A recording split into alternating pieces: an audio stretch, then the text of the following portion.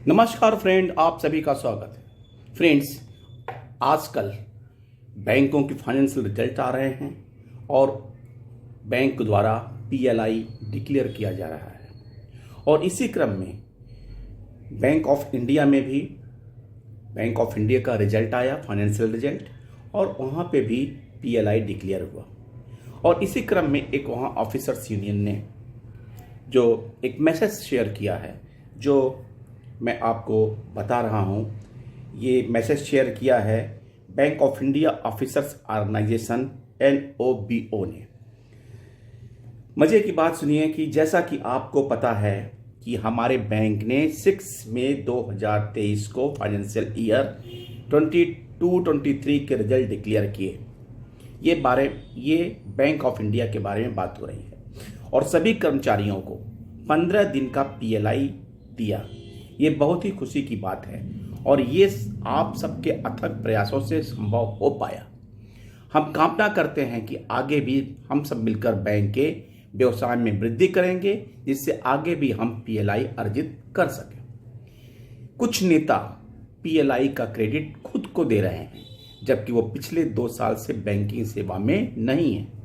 हद तो तब हो गई जब पीएलआई के पैसे से चंदा के रूप में लाखों रुपए लूटे जा रहे हैं। और तो और हैरानी की बात देखा, सभी ऑफिसर्स जो बिहार में पोस्टेड हैं, उनके बताए गए खाता संख्या में 1000 रुपये जमा भी कर रहे हैं। वाह रे मेरे बैंक के ऑफिसर्स।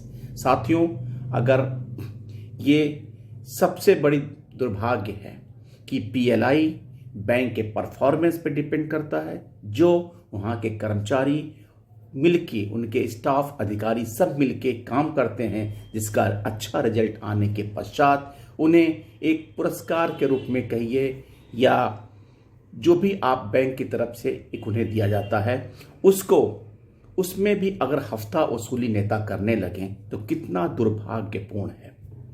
हालांकि उस सर्कुलर में ये लिखा है कि मेरा सुझाव है कि किसी नेता को हफ्ता वसूली देने के बजाय उन कैजुअल स्टाफ को दो, जितना भी आप अपनी इच्छा से देना चाहते हो दो, वो उसकी फैमिली आपको दुआ देगी।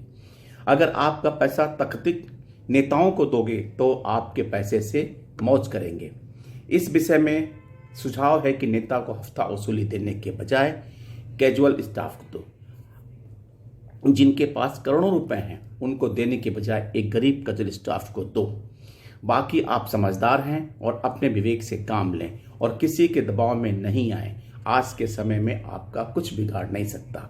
आपको सादर प्रणाम, Bank of India officer organisation NOBO। Friends, यहाँ पे कहना उचित, मैं ये नहीं कहता कि आप किसी कैजुअल स्टाफ या किसी को दें, लेकिन मेरा कहना खाली यहाँ पे ये है कि अगर पीएलआई स्टाफ को मिलता है तो उसमें नेता को कुछ चंदे डोनेशन मांगने का कोई हक ही नहीं बनता है।